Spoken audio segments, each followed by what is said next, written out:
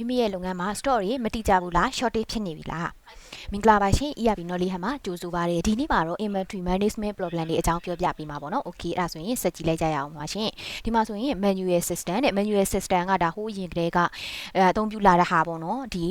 service စက်တန်းနေနဲ့ဒါစရင်မှတ်တဲ့ဟာမျိုးကို manual system ပေါ့နော် okay အဲ့ဒါမျိုး manual system ကိုအသုံးပြုတဲ့အခါမှာဘာဖြစ်နိုင်လဲဆိုလို့ရှိရင် store tracking လောက်ရတာတွေမတိကျဘူးပြီးရင် data error တွေဖြစ်နိုင်ခြေတွေများတယ်ပြီးရင်အချိန်လေးပို့ပြီးတော့ကုန်နေပေါ့နော် okay အဲ့ဒါဆိုရင်ဒီ ERP solution မှာဆိုရင်ကကြတော့ ERP ကိုအသုံးပြုတဲ့ solution store in out tracking လောက်ရတာတွေပို့ပြီးတော့မြန်ဆန်တယ်ပြီးရင်အချိန်နဲ့တပြေးညီ data တွေကိုအမှန်ကန်သိနိုင်တယ်ပြီးရင်ဒီ inventory store စရင်းတွေကိုလည်းပို့ပြီးတော့မှန်ကန်စေတယ်ပေါ့နော် okay အဲ့တော့ ERP solution ကဘာကိုလုပ်ပေးနိုင်လဲဆိုလို့ရှိရင်ဒီ faster process တွေကိုပို့ပြီးတော့မြန်မြန်ဆန်ဆန်လွယ်ကူနဲ့ပြီးတယ်ပြီးရင်ဒီအမှားတွေနည်းတယ်ပြီးရင်ပို့ကောင်းဒီ data တွေကိုပေါ့နော်အချိန်နဲ့တပြေးညီသိရတာဖြစ်တဲ့အတွက်ပို့ကောင်းတဲ့ decision တွေချနိုင်တယ်ပေါ့နော်